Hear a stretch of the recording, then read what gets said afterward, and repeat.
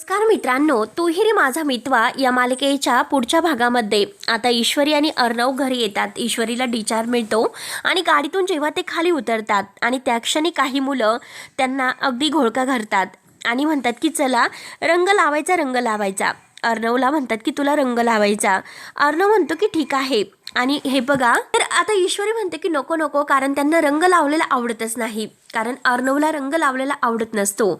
पण अर्णव चक्क आज म्हणतो की आज मला रंग लावलेला आवडेल, म्हणून त्या मुलांच्या हाताने तो रंग लावून घेतो. इतका खुश आज तो आहे, कारण ईश्वरी घरात परत अगदी सुखरूप आलेली आहे. तर त्यानंतर मात्र आता ईश्वरी म्हणते की चला चला मला सुद्धा रंग लावून घ्यायचा आहे, मला सुद्धा रंग लावा ना. त्यावरती आता लगेच त्यातील एक मुलगी म्हणते की नाही ताई, अहो माझी आत्या म्हणते की पहिला रंग मात्र आपल्या स्वतःच्या नवऱ्याकडून लावून घ्यायचा असतो, त्यामुळे प्रेम हे वाढतं. तेव्हा आता अर्णव चक्क ईश्वरीला आपल्या हाताने सगळ्यांच्या मुलांसमोर आपल्या हाताने रंग घालायला लावतो. आता ईश्वरी खूप खुश होते.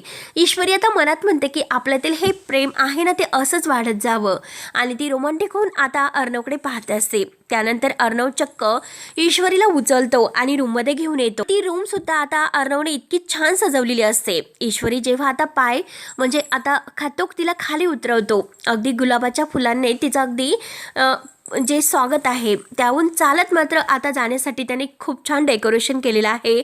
सगळी रूम इतकी मस्त सजवलेली आहे. ईश्वरीला ते बघून तर आश्चर्याचा धक्काच बसतो. इतकं छान आता बेडवर मस्त मोठा टेडी ठेवलेला असतो आणि वेलकम टू बॅक असं त्यावर लिहिलेलं आहे.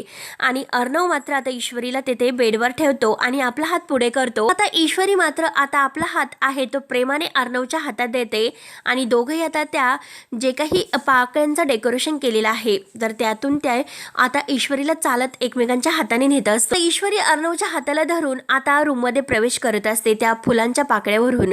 आता अर्णवने तिच्या हाताला धरलेला आहे आणि ईश्वरीला खूप छान वाटत आहे.